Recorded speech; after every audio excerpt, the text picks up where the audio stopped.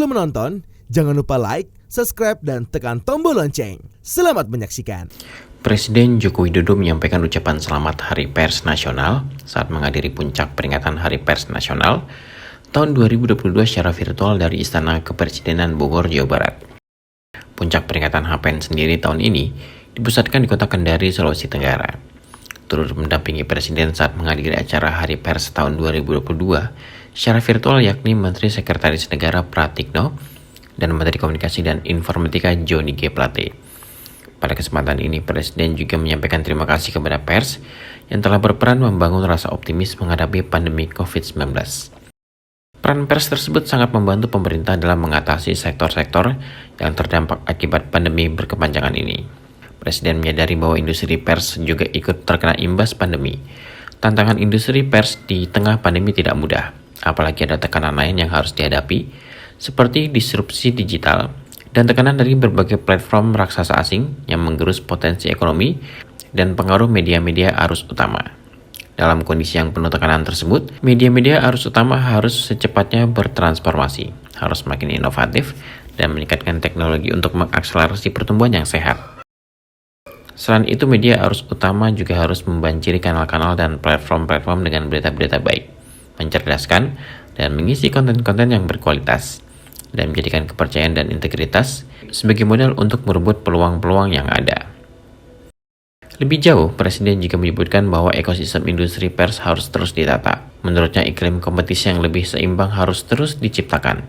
Perusahaan platform asing harus ditata dan diatur agar makin baik tata kelolanya, serta aturan bagi hasil yang adil dan seimbang antara platform global dan lokal harus diperkuat. Saya tahu dalam 2 tahun terakhir, industri pers nasional mengalami tekanan yang luar biasa beratnya. Mengatasi tekanan akibat pandemi, mengatasi tekanan akibat disrupsi digital, dan juga mengatasi tekanan dari berbagai platform raksasa asing yang menggerus potensi ekonomi dan pengaruh media-media arus utama. Perubahan drastis lanskap persaingan media melahirkan berbagai persoalan yang pelik, yang tadi juga sudah disampaikan oleh Bapak Ketua PWI. Munculnya sumber-sumber informasi alternatif, tumbuh suburnya tren informasi yang semata mengejar jumlah klik atau views, membanjirinya konten-konten yang hanya mengejar viral, masifnya informasi yang menyesatkan bahkan adu domba, sehingga menimbulkan kebingungan dan bahkan perpecahan. Insan pers yang saya banggakan, dalam kondisi yang penuh tekanan ini, media-media mainstream, media-media arus utama harus secepatnya bertransformasi, harus semakin inovatif, meningkatkan teknologi untuk mengakselerasi pertumbuhan yang sehat, membanjiri kanal-kanal dan platform-platform dengan berita-berita baik, mencerdaskan dan mengisi konten-konten yang berkualitas dan menjadikan kepercayaan dan integritas sebagai modal untuk merebut peluang-peluang yang ada. Pers Indonesia harus mampu memperbaiki kelemahan sambil melanjutkan agenda-agenda besar bangsa, menguatkan pijakan untuk melompat lebih tinggi dan mampu berselancar di tengah-tengah perubahan, mempercepat transformasi digital untuk menghasilkan karya-karya jurnalistik berkualitas, lebih cepat dan tetap akurat dan tidak terjebak pada sikap pragmatis yang menggerus integritas kita. Ekosistem industri pers harus terus ditata, iklim kompetisi yang lebih seimbang harus terus diciptakan, perusahaan platform asing harus ditata, harus diatur agar semakin baik tata kelolanya. Kita perkuat aturan bagi hasil yang adil dan seimbang antara platform global dan lokal. Jadi yang disampaikan oleh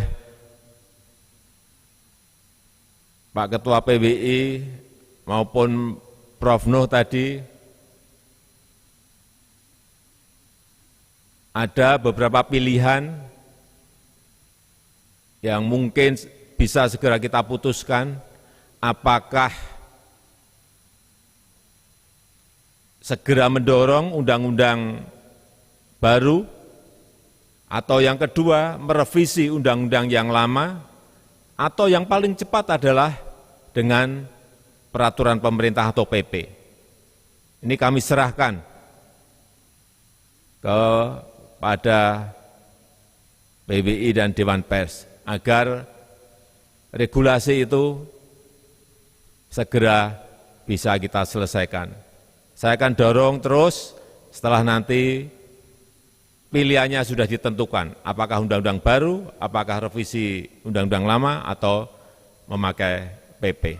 Di samping itu, Presiden juga menegaskan bahwa Indonesia tidak boleh hanya menjadi pasar bagi produk teknologi digital global. Menurutnya, platform-platform teknologi inovatif yang membantu dan memudahkan masyarakat mendapatkan informasi yang berkualitas, akurat, dan dapat dipertanggungjawabkan harus terus dibangun dan dikembangkan. Untuk diketahui, puncak peringatan Hari Pers Nasional tahun 2022 digelar di Kendari, Provinsi Sulawesi Tenggara. Selain dihadiri oleh sejumlah pejabat negara, para tokoh pers, dan insan pers nasional, acara tersebut juga dihadiri oleh sejumlah duta besar negara sahabat. Tim Eljan Media laporkan.